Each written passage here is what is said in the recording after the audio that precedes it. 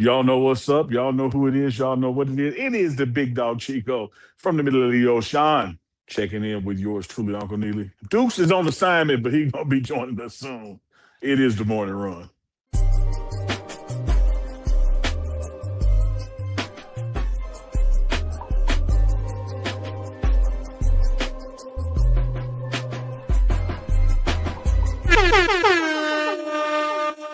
Runners, mount up. Happy Monday, everybody out there. We want to give a thanks to everyone who watches us, supports us each and every week, each and every weekday, should I say. 11 a.m. Mountain Time, 12 noon, 1 p.m. Central, 7 a.m. Hawaii time. Got you covered across the nation with sports and culture and insights and in-depth coverage of Coach Prime in Colorado like none other. Thanks to Uncle Neely, Deuce the Scoop, it's Big Dog Chico. We're live and in effect. The morning run. Make sure y'all follow us on social media right there at the morning run live. Unc, what's happening? Man, what's happening is it's all good on this first Monday of October. Finally feels like fall here in Boulder, Colorado. A little overcast day, a little moisture in the air, a little nip in the air. Man, I see Edwardsville, Illinois in the chat. San Francisco is in the chat. Duval. Hey, man, what if Travis Hunter pick off Pat Mahomes tonight and take it to the house? Wouldn't that be something to see? Y'all remember when y'all check in, let us know where you tapping in from because we love to see the reach and we love for the chat to interact. While you're at it, hit that damn like button. Let's get at it, big dog Chico. Yes, indeed. Chiefs and Jaguars, Monday Night Football. Are you ready for some football? Monday night party. Got Travis Hunter and Patrick Mahomes. We're going to get it kick-started. What's your prediction for tonight? Go ahead. I was about to ask you something else, but I go prediction first. My prediction for tonight is Kansas City gonna win the game. You know, I got particular Jags I'm going for, but when I look at team to team, I think the Chiefs are a better team than the Jacksonville Jaguars right now. But I was about to ask you, Chico, because you got a little gray, you got a little wisdom. Out of all the Monday night theme songs, which one is your favorite? I knew you was gonna go there. It was damn, why his name just left me right? What was his name? Hank Williams. Hank Williams Jr. Matter of fact. Put that Junior on there. You put that Junior on there. He was tough, like mid 90s. When I remember this vividly. When Hank, Al, and Dan were the hosts. I know it's Al Michaels, Dan Dierdorf. I don't know who the Hank was, but when he added them into the song, that was the pinnacle right there. We got Hank and Al and Dan. We're gonna get it kick-started. He was the Hank. Oh, I'm tripping. He was the Hank then. I was thinking about a host. Not him. I didn't know he put himself in the song. He included himself in there. But yeah, that was the one right there. Which one was your favorite? Oh, no doubt the Hank Williams Jr. era. Yeah, no doubt. It was just with Riska sounded like Chico. It was a little manlier. It was tougher. You know, it was yeah, they switched it up now. They went a little pop now, didn't they? Well, they went pop when they went with Faith Hill, I think. Oh, yeah. You know, trying to cross over, get female artists. I get it. And now Snoop is doing it. Get out of here. Yeah, Snoop been doing it this season. Watch it. Monday Night Football. Well, Chico, I'm gonna give everybody a pass. I'm gonna give you a pass in front of everybody. Okay. Monday Night Football is like lunchtime football for you. That's what I was about to say. That's what I said. Afternoon football. I can understand you missing the intro. Definitely. But I'm going to watch it today, or at least I'm going to look it up on YouTube and see what Snoop Dogg's intro is. That'll be dope. Dukes, what's up, man? How you doing? What's up? I already knew what time it is. You say what's up. You say good morning or what's up when you come on the show like, bruh, man, when he come in the house on Martin. How you been, man? You been making it? Got the nice shave? You know, shout out to the barbers and stuff. Go ahead. Damn, I forgot. I can't give you a compliment. My bad. I'm bad, cuz. I ain't say nothing, bro. I ain't even say nothing. But appreciate it, bro. God, man. Boy, hell, man. I ain't say a word, bro. But Travis Hunter. Say that. Yeah. Travis Hunter for sure. Tonight. Hey man, I'm ready. I'm ready to see What they playing? I think it's a Duval. Man, I need to look at I need to check out the spread on said company.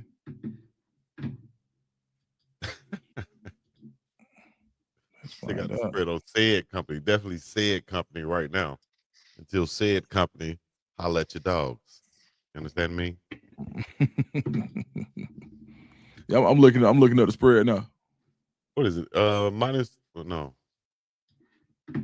Chico, you don't know what the spread is. I don't know nothing about the spread, dog. So let me just hold down. Stop it. You might be spreading some jelly on your sandwich. That's all you know. That's the spread I know. They got Kansas City by 3.5. Okay, so I was looking at the right one then. It just didn't sound right to me. I was like, only about 3.5? That's surprising. Yeah, they in Jacksonville, spread 3.5. Jacksonville actually ain't been playing a bad brand of football this year. No, they haven't. And it ain't like Kansas City been playing a great brand. Right. And you saw, like, a lot of people were excited about Kansas City and the win over the Ravens, but you saw what the Ravens did yesterday, laying a complete egg. The injuries are just mounting; they're just too much. So I think now, do I think Kansas City would have still beat the Ravens? Yeah, they would have, but they wouldn't have stomped them like they did. Like they curb stomped the Ravens last week. Yeah, man, it's just we got situations. And I lean away from the word excuses. Like I like the word reasons. There are reasons sometimes, and reasons are bigger than excuses because you make an excuse about anything, but there are also reasons, right? And sometimes reasons tend to apply to one person more than it applies to the other person. Let me give you an example. You just talked about injuries mounting up, right? Major reason in athletics when some don't go your way.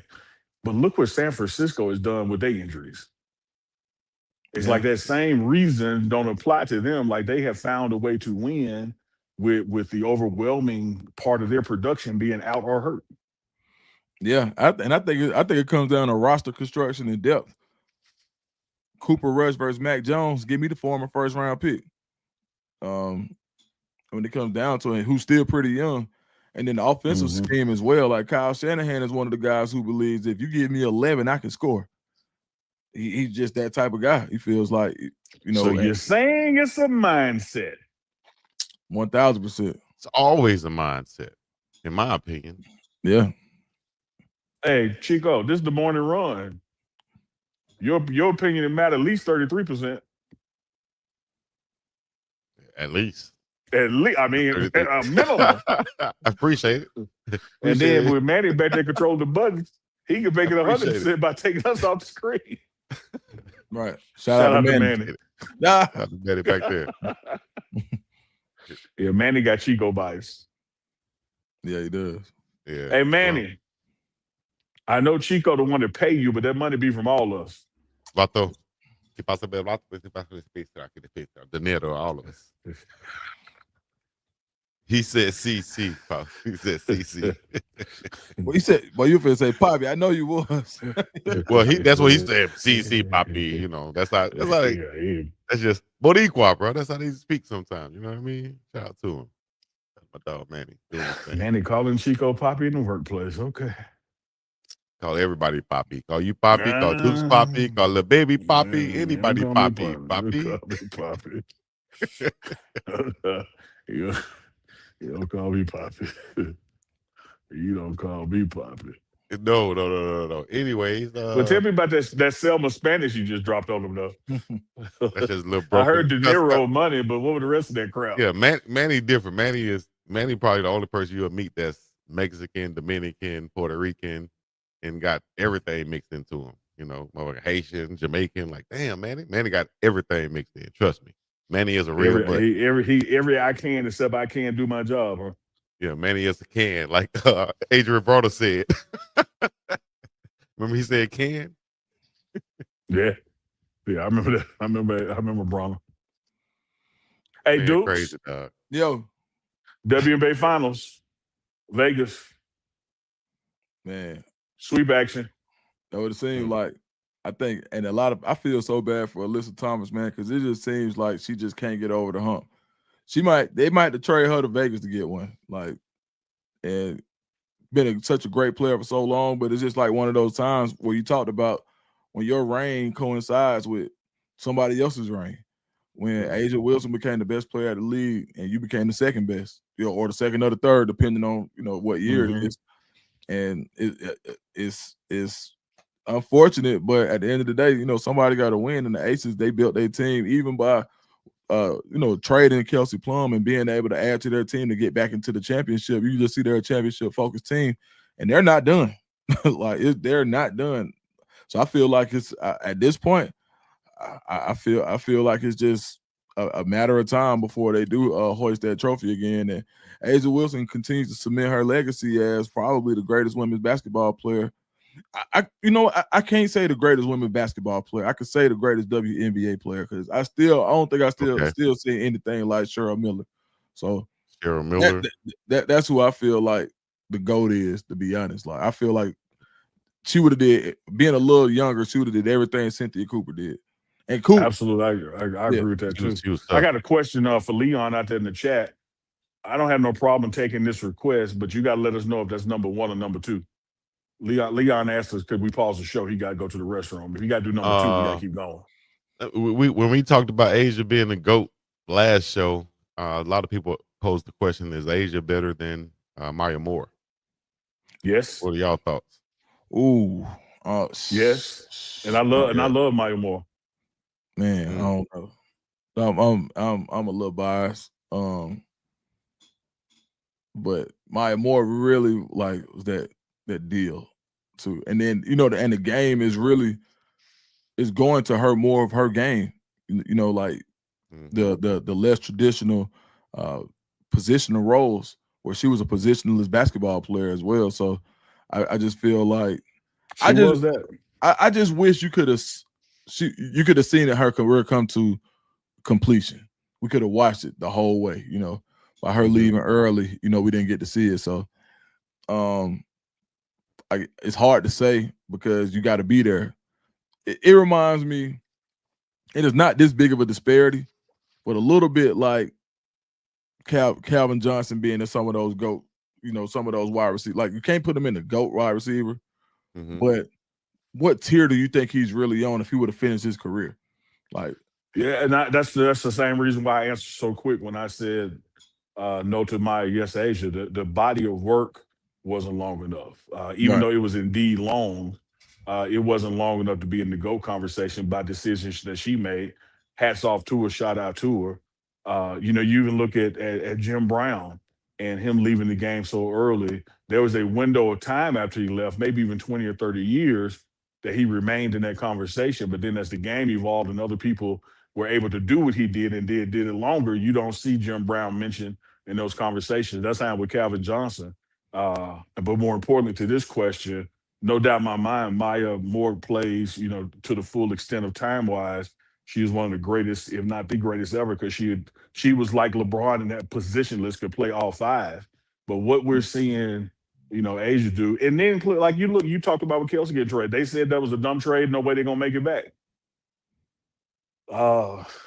Chips fell where the Atlanta Dream cashed out early, so she didn't have to go against Brittany Griner, who is getting a little long in the tooth, but that would have been a good matchup to see. She right back in the finals, and they're 2-0, 4 MVPs.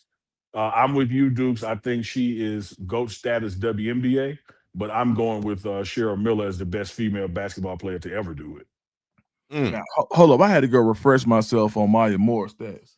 There you go. She played 7 years in the WNBA and won the championship 4 times in 7 years. I'll say 8 seasons. You say 7 years, 8 seasons, yeah? Well, 8. 8 seasons, yeah. 4 titles, 1 MVP, 1 finals MVP, 18.4 points per game, 6 rebounds, 3 assists. Hey, it's right there.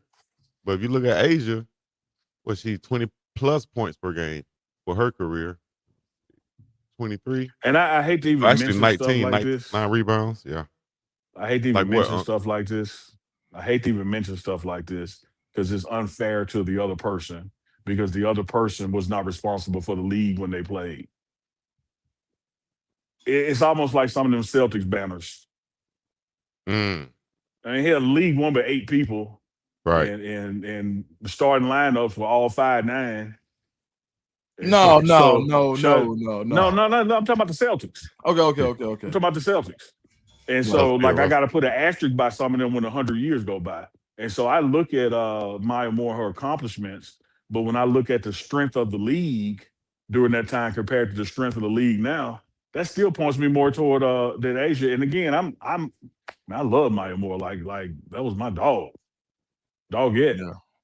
But I just think what Asia has accomplished in this time frame is like, man, we ain't seen nothing like this.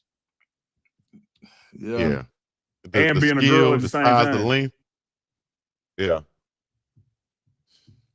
Yeah. I mean, Maya Moore, of course, she had Candace Parker and Diana Taurasi. I don't want to diminish, what they've done and Hey. those guys, but All right, so look, we're just gonna go. I'm gonna just give you the names from the All-Star game, her first All-Star game. which Man. one? Maya Moore? Yeah, Maya Moore. All right, Cappy Make Poindexter. catches to them. We forgot about her. Cappy, Mm. Katie Douglas, 6 feet, Tamika Catchings, Angel McCartry, Tina Charles. Like, that's just a star lineup for that year. You still had Sylvia Fowles, she all air bit of 6'6". Sue Bird, Diana Taurasi, Swin Cash, Candace Parker, Becky Hammond. It's hard for me to say that we can get into this debate, but I feel like those 11 That era. players, I would take those 11 over the top 11 in today's league. I would personally, but Mm. I would I'm take that surprised 11. you say that. Yeah, I would. But that would be I'd say a golden type era for women's basketball with those guys, and then you can also look before that when the Comets was winning and Cynthia Cooper and them and Right. Mika with the lips with the lipstick on. Tina Charles, Her. that's what he Tina said. Charles. Yeah, Charles, yeah, she was dope back then. But I don't know. I think nowadays, just like if you look at the NBA, you just got more evolved athletes. They're more athletic, stronger, more skilled. I'm going with the current players. Me too, Chico. And unlike Chico, I'm not gonna try to find a reason to disagree with Chico just because it's Chico. Right. Chico be like, man, but Unc said it. I don't want to agree with Unc. Oh, you know what? We're just gonna leave that alone. Okay, I'm gonna say okay this time, right? Like Unc say. Right. Oh, Unc will okay the hell out you. I'll say okay. Hey, shout out to my man Herm in communication department. I okayed Herm on the TCU sideline. So when we had that pass interference in the end zone, right? What they had. I said, oh man, good job. That's first and 10 at the 1. I had it wrong. It's 1st and 10 at 2, but I said at the 1. And Herm said, no. You wish. That ain't how it work in college. It's gonna be at the such and such. I said, okay. The PA announcer came on. The ref came on the mic. He said, pass interference. Curtin in the end zone. Bobby be spotted at the 2-yard line. I looked at her. I said, okay. He said, man, you want to go debate me? I said, dog, I'm not going to argue nobody about somebody else. Like, I'm good. Then he said, Chico, your head looks tight. I don't know what tight he talking about, but it looks tight to me. Shout out to T-Braid, 808 Hawaii with your face. I'm going to fly out to 808. I'm going to fly out there, man. She might do something with that right there, huh? Let's see what T-Braids do. Chico, you see too. I know you got the A on. You got the braid. What? I saw somebody with their beard braided. I done done that before. With the beads on it, though. I done done that before, too. I said, yeah, you catch these right here. You You catch it right there, plait it up, put the beads like cornrow. Lord have mercy. I said, boy, you are a bow-legged chicken. You that country. That's what I told It's country. That's what my coach used to call us when he egg. came down to sell with the coach. He was like, y'all country motherfuckers out here. Say, man, you from Montgomery. 30 minutes up the road. I love the way you look off to the side, dog. Like, Yeah, anyway. Quick correction. Tina Thompson is who we were talking about earlier. Tina Thompson. I knew it wasn't no Charles. I knew that sounded wrong. To it then. Because I was like, what? That sounds wrong. See, you copied off somebody's paper. They got Coming off somebody's paper. I showed Tina Thompson, man. Shoot. Anyways, though, so who y'all got winning the finals, WNBA finals? Vegas. Vegas, baby. And you ain't gonna Vegas right now. be, you ain't gonna make no money on it. But if you're trying to make some money, you come out better putting $10 on the Mercury than $100 on Vegas.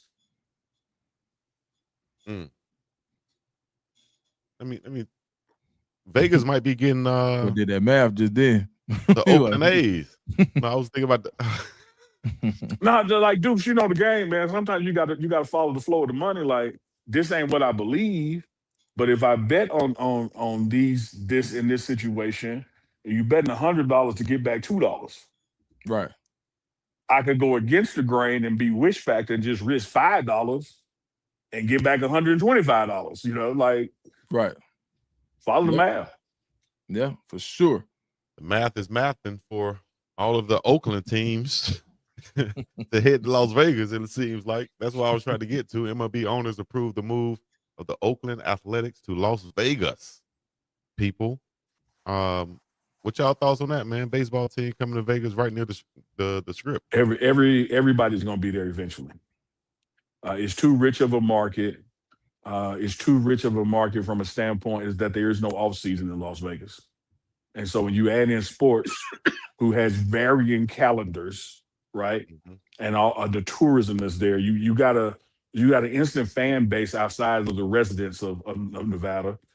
Excuse me. And then it's not like you're that far from California, from LA or whatever, from Arizona, that type of thing. So, and we have just seen this happen literally in our lifetime before our eyes, Deuce and Chico. Like, Coach Prime alluded to it the other day, more than alluded to it, directly said it. We can remember back during the Monday Night Football days again, 30 years ago, when the injury report became a thing, and it became a thing because of Vegas, because you could lay a bet not knowing Chico was hurt. And that changed the situation of the dynamic. And so now they made it, well, the injury report's got to be released, you know, even in the professional league. Then it went to, well, will one day Vegas even be able to have teams, because there was such a wide gulf between professional sports and gambling, even though they're so intertwined. Now, Summer League is there. We got an NFL team with a state-of-the-art arena. Major League Baseball gonna go there. WNBA already there. NBA is around the corner. They waiting on Bron to retire. I think Bron gonna be the owner of that league. Well, you know, it still looked like even though it was luck of the draw when they got Cooper Flag and Dallas, you know, they still talk about Dallas going to Vegas. Right. I wonder why would they want to leave? Dallas is a major city, a major hub. Like, why would they want to leave? Well, I guess money. Chico, let me tell you this, man. Give you this example. And don't take this like literal down to the T. But I remember when I was working the sports agency, Dukes, we had a couple of players on the Raiders team in California.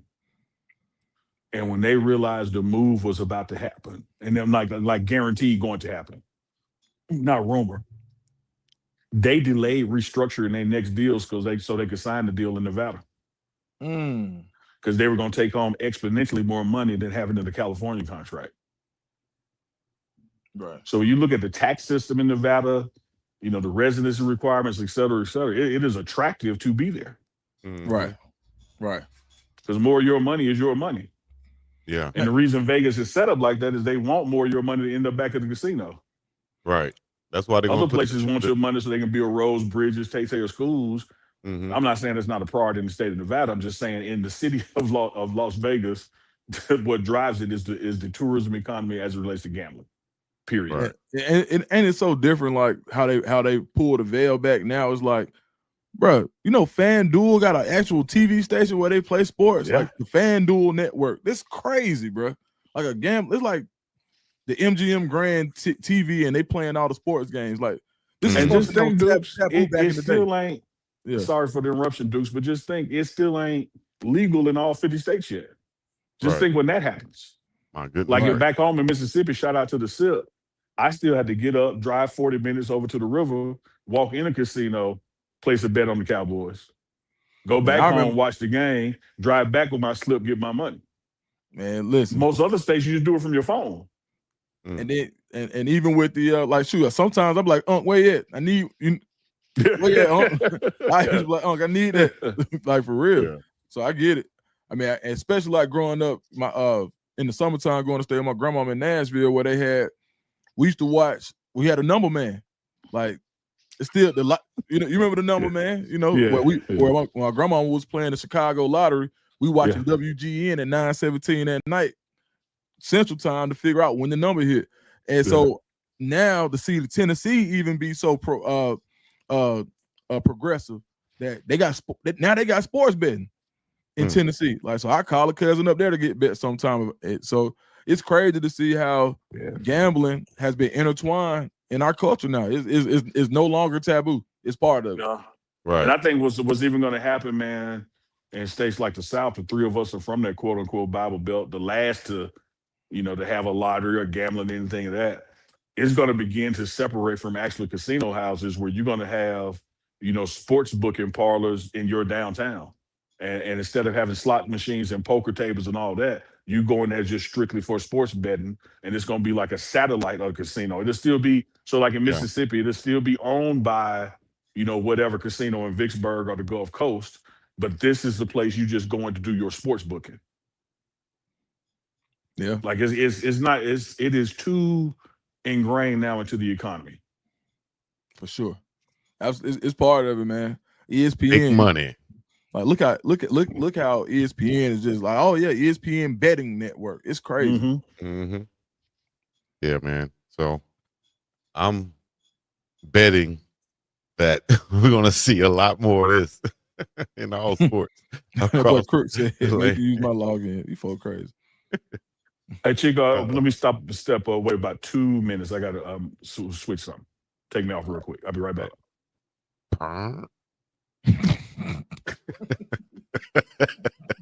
Y'all so silly, dog. Why y'all so silly, man? You did it. Boy came with sound effects. Boy, you crazy, man. That's all right. Hey, Man. Deuce, let me ask you about this, man. Until Unc comes back. These the big head helmets, the covers, watching, seeing guys like Dobbs wear these Guardian caps. Thank you for the correct term, cousin. What you think about this? Will we see more players adopt this and wear these helmets, like we see Dobbs wearing right here? Yeah, you're gonna see more and more of it. Like, it just anything you can do to help, because it's just when you look the amount of people who felt like they had a loved one who had CTE and the percentage of people who actually had it, and they all, and in the study they play in football, you just see, you just can't run your head into stuff that much, dog.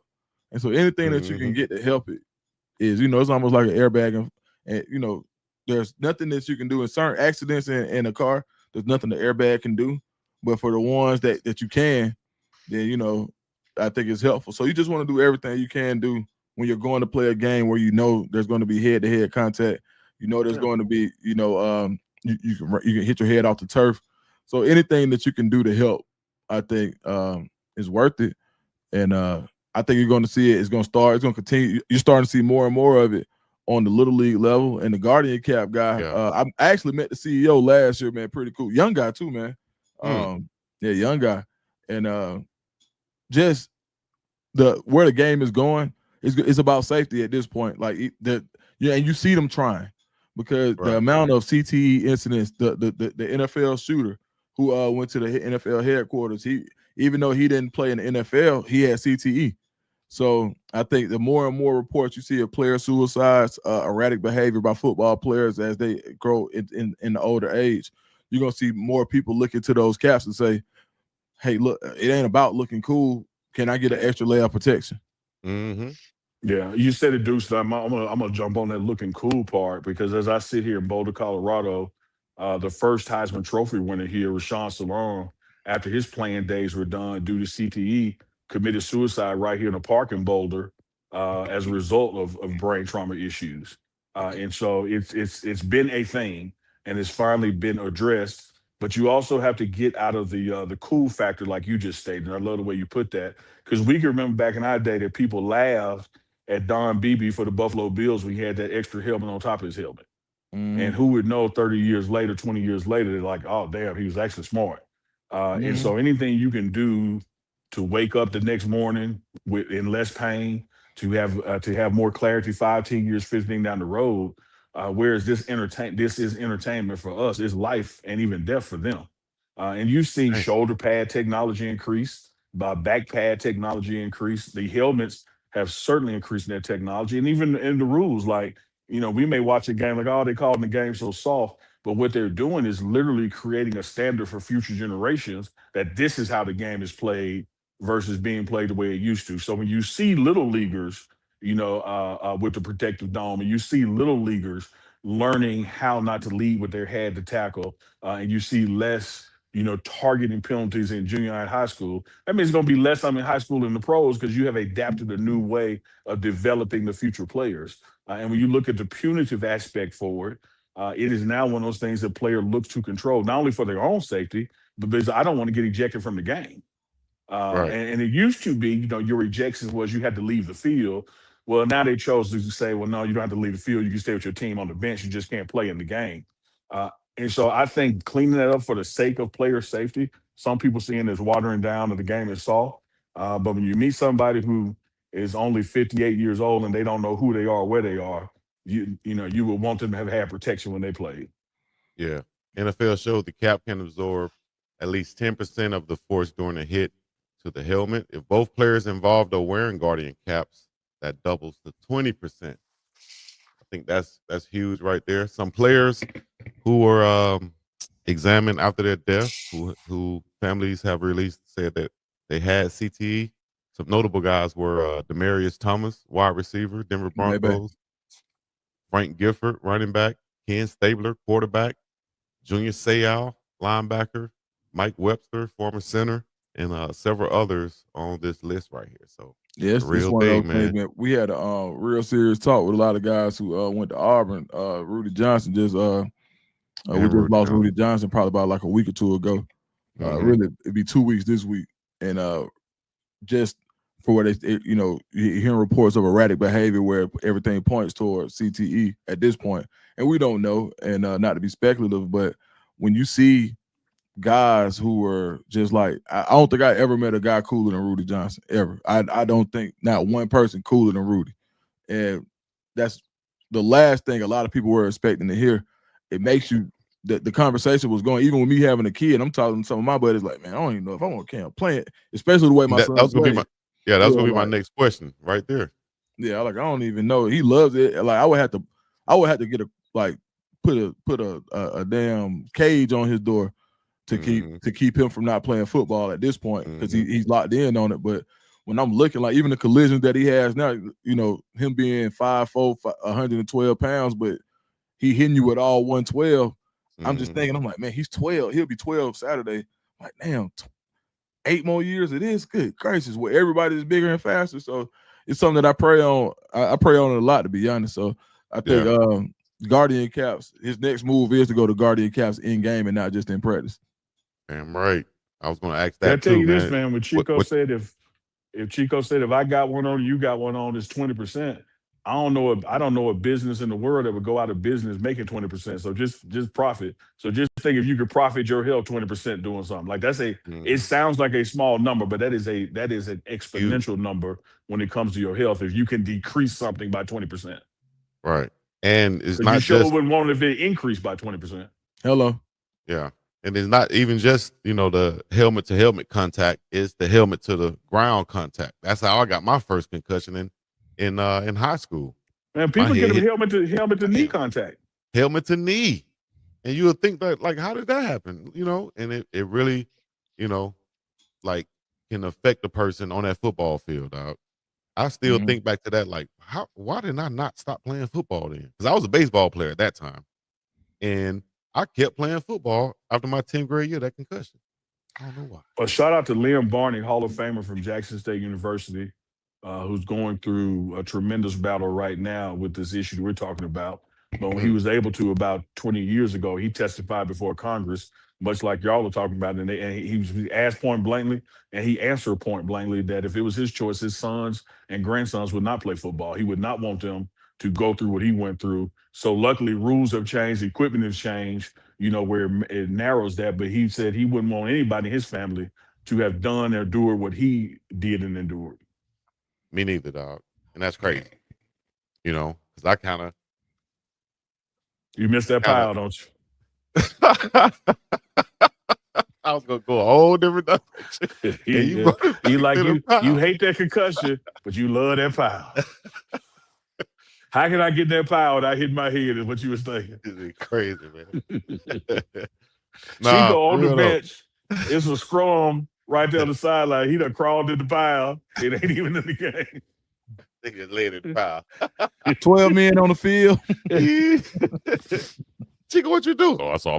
Anyways, dog. I am trying to steer my son, to more of a non-contact skill type sport like a baseball or a basketball, something else that he'll like. Football wise, if he has to get into that, I always said when I was younger, I'm gonna make my son a kicker. They still get to play football. They only play one long plays snapper out there. Long snapper is one too. Oh my God. Man, you play 25 years, can't nobody stand over you, hit you till your head come up. Like I regret that to this day. It's protected more than the quarterback is. Mm-hmm. If I could have learned how to long snap, I probably could have still been playing, dog. For real. Yeah. Chico, it's not easy to do. I don't know if you noticed this. Dukes, don't know if you noticed, but I got that thing turned around today. But we got to turn this thing around. I see what Nice you did little there. transition right there. It's a nice little. Like you've been working on it. Lot of upsets in college football this past weekend.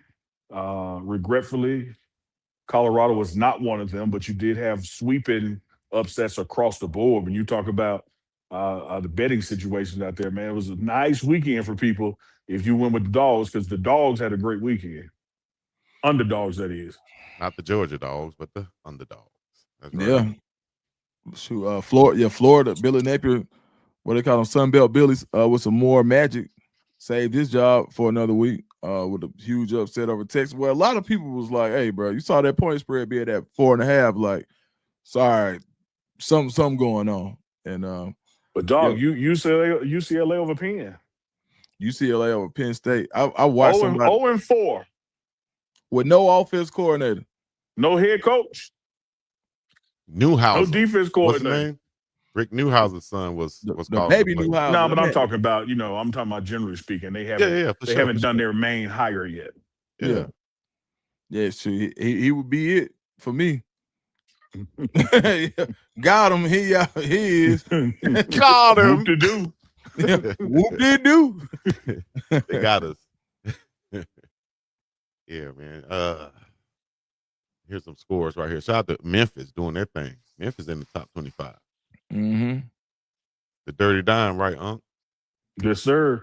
Tennessee. What about y'all saw the viral footage of Michael Irvin on the sideline, him and Holly Rowe catching the stray got bowled over. Got bowled over.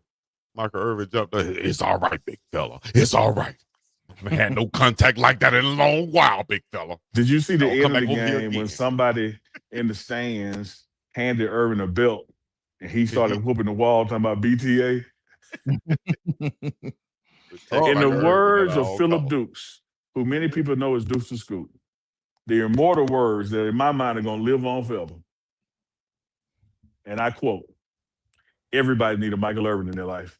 Damn right. Damn right. Give me some. He ain't lying. That damn Mike be on it. Own it, dog. Yeah, for real. He should have But been. that last week when he was cranking that siren out of Miami. That too. Hey, man. When he went to go see Coach Prime this summer, man, that joke was so funny, man. I don't know if Michael Irvin pays for his travel, his flight, his ticket, whatever, to get to the Miami games. But from now on, he shouldn't have to pay or lift a finger. Whoever's over that department should be saying, Mike, as long as you're available, our games are this time. We're going to have a car come for you. We're going to send you a flight. We're going to have a suite ready for you. We're going to have everything ready for you. He has to be on the sideline. Yeah, you know what? And I always thought Miami did a really good job of keeping their former players on the sideline, showing people up. I had a buddy went down there and coached, and he was like, bro, I just saw Jonathan Vilma in the weight room. This is a few years ago, maybe like 4 or 5 years ago.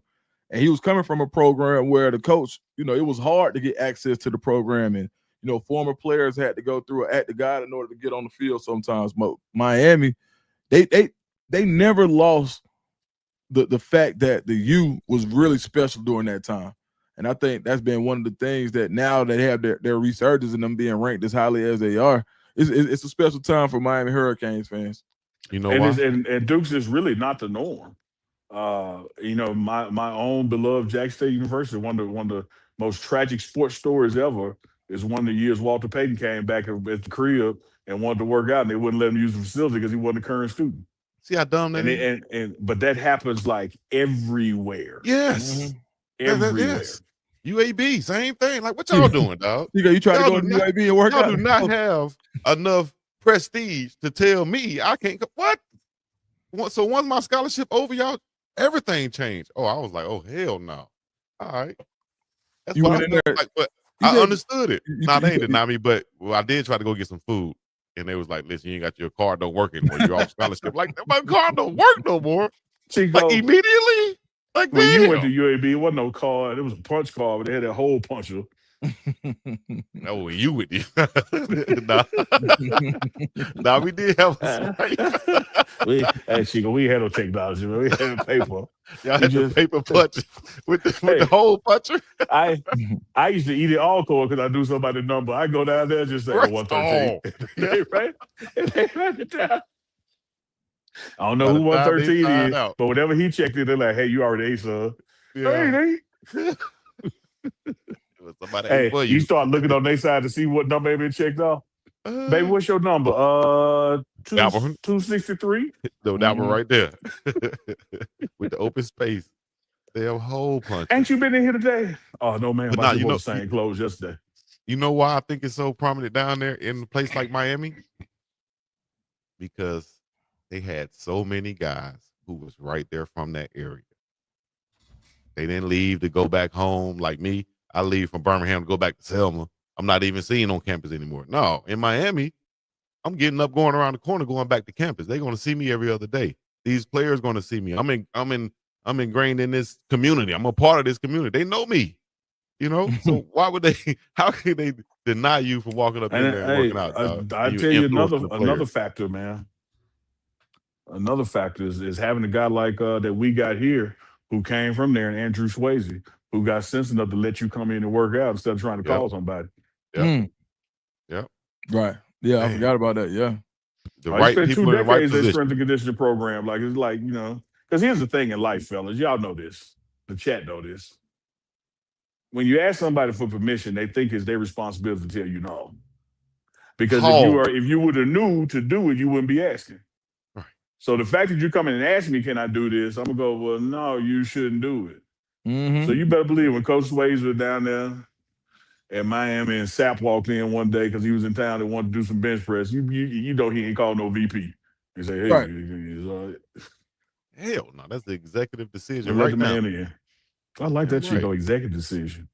Right now. Dukes, Chico, Iowa State's coming to town Saturday, 1:30 p.m. kickoff. So you ain't got to stay up late Saturday night, Dukes. Just about 3:30 for you. The game will be kicking off. Of course, we're going to discuss, the previous game with the trip to TCU, and Coach Prime's presser will be tomorrow. So we'll hear directly from him.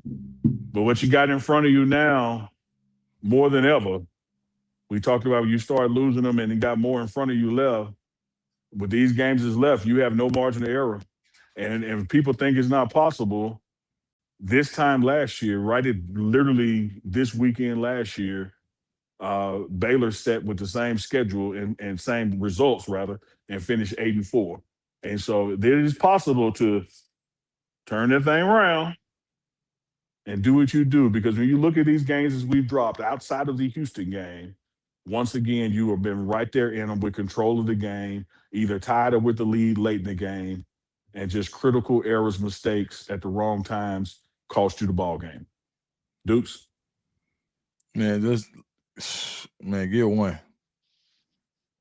And get one. Just get one. Find out how to win. Get one. Find out how to win a Big 12 game. Know how it feels. And pause. Get one. Just get one. This last game was so Chico. Hey man, last game was what? I'll let you finish in a second. You think about what you want to say right there. You know? No, I passed it for a reason. Okay. Well, 5-1 overall. Iowa State Cyclones coming into Folsom Field. That's gonna be 9:30 a.m. for me. So I'm getting up early for that. Have me a great day after that. Once it's over. 2-4 overall for the Buffs. 0-3 in the Big 12.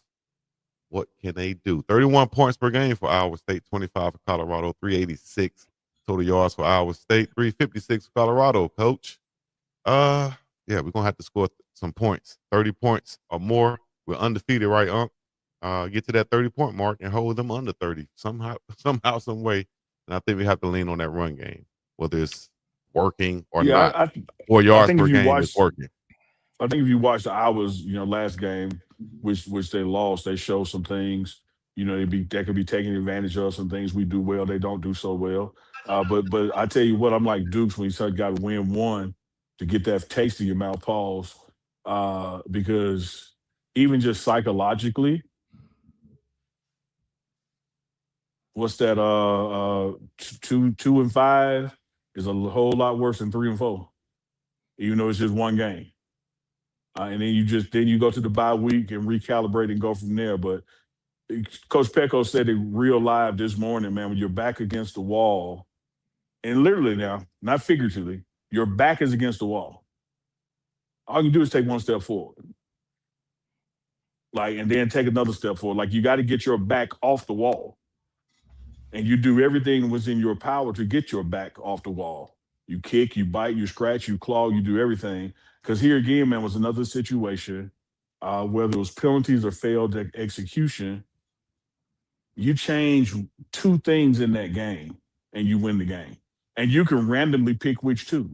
I know everybody, because we live in a quarterback-driven sport, everybody likes to point at the quarterback. Yes, there were 3 interceptions, which are turnovers, but dig this, Dukes, when you talked about mindset earlier, Georgia Tech came in here and turned it over 3 times and still won. It ain't never been the case where 3 turnovers just mean the game is over. Man, and we can prove that with one of our own opponents. And they should. You look situationally, special teams has just been the just overwhelming bright spot for this team. And for some reason, the Peter call wasn't given out and the ball hit somebody in the back after you got a tremendous stop. Beautiful field position was going to occur, and they score. Who would think that after giving up leverage and fighting back in Browns, that Sincere Brown would drop one and hit him in the hands. Joe Williams dropped one going into the end zone, hit him in the hands. So there is enough blame to go around that this team can't even afford to start the blame game. Everybody, coaching staff, support staff, video, I don't care who you are. Everybody got enough blood on their hands. There ain't no need in trying to measure that. Just get your back off the wall. Get your back off the wall. Win one. Get your back up off the wall. Isn't that a song? It is. He was proud then. He was. I thought I made it up. The last time he heard it, see, it's deep in his subconscious. The last time he heard it, his mama was playing it on Saturday morning. It was time to clean that house up. So you either heard that song and smelled Pine Sol, or you smelled Pine Sol and heard the Commodores. But you know it's time to get your ass up. We cleaned this house up today. If you know the smell of Pine Sol instantly when you hear the word, and you come from somewhere where I came from, just know that we are kindred spirits. Pine Sol, dog. Man. No, it's time to clean up. Shit. Clean up stuff that ain't even dirty. You better pitch in. Everybody. We clean up because my mama mad at my dad. I ain't got nothing to do with that. Just clean up. Y'all got to fight now. I got to clean up. What the hell I do? Then I come in here looking like him. Oh man. Right. Oh my God. You looking like him now. Oh man. What did I do? Looking like your dad. Man. Get out the house. Just get out. Your mama get mad. Everybody finna clean up. Man, what? Take all this shit out this closet. We can reorganize. Hey, dog, come on. It's been in the closet like this. You and him need to go work that out. They ain't got nothing to do with us, dog. You tripping, dog. Right. For real. Well, can't go outside. What's gonna keep me in here, folks? Hey man. Dude. Speaking of reorganizing and retooling. There you go. What you do? One of the things, man, about this past game that I pointed out before the game, and I stood on it because I watched film from both teams, analyzed it, did my due diligence, and I came up with one secret sauce. because TCU was about 65% on their third down conversions, top 10 in the nation, top in the Big 12. I said, man, if we can find a way to hold them to 50% on their third down conversions, we win this game. He did. And I'd be damned if they ain't go 7 for 15 on third down and we still find a way to lose the game. Because I never counted all the other stuff. Yeah. All the other stuff. I didn't sit there and go, hey, hold them to 50% on third down and don't mess up on special teams. Like I had no conception I need to add all this into the bundle because all those other things we had been doing. Mhm. But the one thing we hadn't been doing is owning third down as a defensive line, a defensive front, a defense entirely. And we took a team that was 65% on third down and held them to below 50. Man, 14-0, 6 minutes left in the first half. And what was the halftime score? I don't even remember what 17, 14. That's when the game turned around for me. I'm sorry. Man, I don't care with nobody. That's they when the mean they game went turned on around a for me right there, but you still had they the went on chance. a 35-7 run. There you go. And it was like you gave it to them. Like Paul, Oh, both of them. Like here. Mhm. There you go. Well, and then look at the point swing before halftime. That's what really frustrated me. Because I was Exactly. like, before halftime, you beautiful drive down the field. You get to the 2. You would think that you can at least got 3. That's what you count on. I'm at least getting 3. Exactly. And so if you that's points coming off the board, like 14-14, and you end up 35. You found a way to lose that game. I'm sorry, and people can say what they want to say. Duke should be. I won't give a damn. You found darn. You found a way to lose that game. And, Absolutely. And I think, but I don't know Duke's. Not to. You don't need no help getting off the hook. You can stand on your own 10. But I don't know how somebody can disagree with that and they know ball or watch the game. Yeah. Like that slightly thrown behind pass that was tipped. When in that situation, you got to put that ball low, in front and low, but it was behind and high, asking to get tipped, and then it's a pick. It's like there's some things that schematically is not what TCU was doing. We just found a way to be like, here. Yeah. Same thing when we held them on that drive and, it's a penalty call went the other way and now they're punting to us. And you're like, yep, here come big momentum right back to us. And the ball hits a dude in the back right between his numbers. Mm-hmm. Like it was a pass to him. That was one of those unfortunate things right there on special teams. You gotta be yelling out Peter from the sideline to the punt returner. And you gotta be yelling that out and everybody else. One thing I say, gentlemen, even in this morning's meeting, shout out to Coach Livingston, shout out to Coach Shermer, shout out to Coach Pollock with special teams. As they got ready to do their presentations, they started with themselves. And each one of them had one particular play, that was their woulda, coulda, shoulda, and swore that thing won't happen again. And one thing Coach Pollock talked about was, Q, that ain't on you. Yeah, from your position, you got to be yelling out, Peter. But I haven't done enough training on y'all to yell that out. That's on me. I'm taking that one. Okay. And so when we talk about accountability around here, I know the world is not privy to everything that goes on in the meetings, no matter how much this program is allowed to be opened by Coach Prime. Mm-hmm. The accountability is like with the coaches too. They own their stuff. Right. It ain't and that's what I'm telling y'all. This is not an organization that can sit around and afford to try to point fingers at this particular player, that particular position, that particular unit. There was so much blame to go around in the game that you were just in completely control of it, 14-0. And then as Duke's articulated, look what happened going into the half. Yeah. I think Colorado has the experience at the coaching level on this staff to write everything. Everybody's still coming together, meshing and learning each other and sideline and going through the trenches and things like that. I think they'll find a way, and once they hit their stride, man, with the players also and just the coaching staff in general. And that takes winning, Chico. You're exactly right. That takes winning. Right. Winning changes all the taste in your mouth because you look at all the categories right there that you led the game in. Mm-hmm. I mean, you led in time of possession. Mm-hmm. And I don't think we've done that this year. You led in takeaways. Mm-hmm. You led in, we have more rushing yards. We talked about them needing to have somebody 100 yards in rushing, et cetera, et cetera, et cetera. We talked about third down, theirs and ours. All these boxes you checked. So moving forward then, what do we do? Because like Duke said, we had that 14-point lead. We had a 14-point lead previously. There's something we have to do to continue to go ahead and finish and slam that sledgehammer on down, dog. And Well, for me, it starts at practice, and that starts tomorrow. Chico, you and I talked last night on Uncle Chico Live, and we even hearkened to your playing days where you would have individual period and you're working on these techniques, and then when you have team period, you don't take the techniques to the team period. Well, somehow we're not taking all the things, all the nuances that we take from practice to the actual game situation. Again, I believe Sincere Brown is an NFL caliber receiver. But on this one particular play, he gives up his leverage or doesn't take his leverage. He's forced out of bounds. So luckily he was able to come back in. And still the quarterback put the ball right on him, and he doesn't have a necessarily true fight for the ball. That was a game changer. Same thing with Joe, like right down the middle, that was a game changer. There were some situations where the running back chose, to run to darkness instead of light with the hole. That was a game changer. Like there's so many things you can do that you can articulate like, hey, this is why we work on this in practice. It's not just a drill.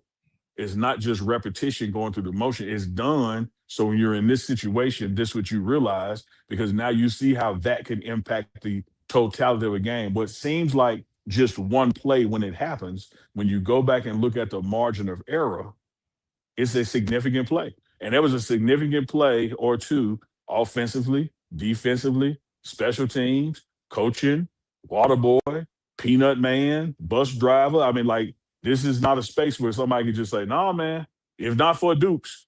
Oh, no, man, if Chico hadn't done like it, who you pointing at? You need to be pointing at yourself. Like, it's everybody. Team effort. There's one from Rodney Dinkins for the $10 super chat. With Jew and Salt having a close competition until Jew got sick and missed time, is there a chance that Jew will get some run soon, or will he just red shirt and get ready for next year? That's a question for Uncle Neely and Dukes. And Chico. Yeah, like with this question. I have no idea, speculation. I know one thing. Coach Prime ain't the type of guy that's going to keep doing the same thing, expecting different results. Like he knows how to make changes and get sparks, et cetera. And I think that applies to, coaching players, water boy, peanut man, bus driver, et cetera. So I'm not going to speculate on any, changes like that. But just the overall, his vision, like he ain't afraid to make changes when the changes make sense. Like, but one of the things you have to know about him being Coach Prime, he believes what he sees in practice. And so sometimes fans may be calling for something, and the reason you ain't seeing what you're calling for is that he ain't seen it in practice. I'll tell you one thing. Jude played in one game so far. So yes. He's played in 3 games? We got 3 left, right? Oh, okay. I thought you was going with that. Yeah. That's where I'm going. Right. You got 3 games he can play. So based on how the season goes, you got 3 games left. If you start in the last 3 games of the year or play him the last 3 games of the year, he can preserve his red shirt. But he don't really strike me as a kid that absolutely needs one. I think you probably go. I would speculate that you could see him start to get ready, just depending on how this Iowa State game goes. But here's the thing. Let's go pessimism for a second, if I could craft it as that. And you ain't got to make it Colorado football. You can make it 3 of us. I don't have to have Chico to have a bad show. I can have a bad show by myself. He ain't lying. And so at some point, if I'm going to keep losing, guys are showing me more effort, even though they may have less talent. Because we see what talent getting us without the effort, without the execution. So you could reach that mathematical point where it's like, okay, well, if this is where we are, why the hell not? Because we tried it this other way. And again, that's what I'm saying to Coach Prime. And it's now me in my 6th season with him. I done seen him make mid-season changes. Yeah. Sure, we saw it, man. I done seen him make mid-season changes, and he was undefeated. Man, that man started Ryan Staub at Houston. He'll do whatever he feel like for sure. Yeah, like I wouldn't. And here's Nobody my had thing about that, Dukes, is I'm still at a position in my life with no intention of changing anytime soon because there's no evidence to change. I'm gonna bet on Coach Prime and his football IQ. Mm-hmm. I'm literally like when I go to the doctor and tell the doctor how I'm feeling, and he tell me what their cause is. I'm gonna bet on the medical degree on his wall, not my own. Hello. Mhm. And when I've seen Coach Prime manage these situations, whether it's staff or players or organizational goals, and I don't care if it's his coaching career in these 6 years, or I don't care if it's his playing career, his broadcasting career, both of which were 14 years, I have more than enough evidence to say he has overwhelmingly been right more times he's been wrong. So guess where I'm going to put my chips? Black 21. Man, I ain't Ain't gonna lie, hard. one time. Right. Well, we're at the hour mark right now. And one time I was in Vegas and I had been betting on my number, Black 29, because of my birthday. I said, I'm gonna bet on Black 21 this time. This lady came, she put her money on Black 21. I said, nah, I'm gonna take it off this time. And bam, she hit right That before I bitch got hit. up out of that. Boy, I was. So don't be like me. Dukes, I did that, man. Down at the Beau Rivage. Shout out to Beau Rivage, Mississippi Gulf Coast. Trying to floss, walking with this little slim, past the crap tables. She was like, you know anything about shoe crap? I mean, do I? Just as the man about to roll, I yelled out to the pit boss. I said, $100 yo. Threw 100 out there. That something is roll 11. Oh, Walked off with a cool 1,100 in 3 seconds. what timeout? Oh, see, I don't know nothing about no craps, shooting no craps, unless you talking about side betting or something. But damn, it hit. Yeah, dude wrote. You call for a yo, that's 11. Dude hit it. Boy, Hey, the worst I finna do is lose $100. The best I finna do, me and her going upstairs. So I'm like Michael That's what I'm Irvin, leave the saying. check out where they can see it. I know y'all went smooth upstairs. All right, thank you guys coming out once again to the Chico, morning run. TMR something is Live. wrong with you, Chico. Hey, you been hearing that since kindergarten. You ain't telling me that I got 50 cousins. 50 cousins that used to be at my grandma's house in the summertime. Trust me, I know. All right. And they all said something wrong with you.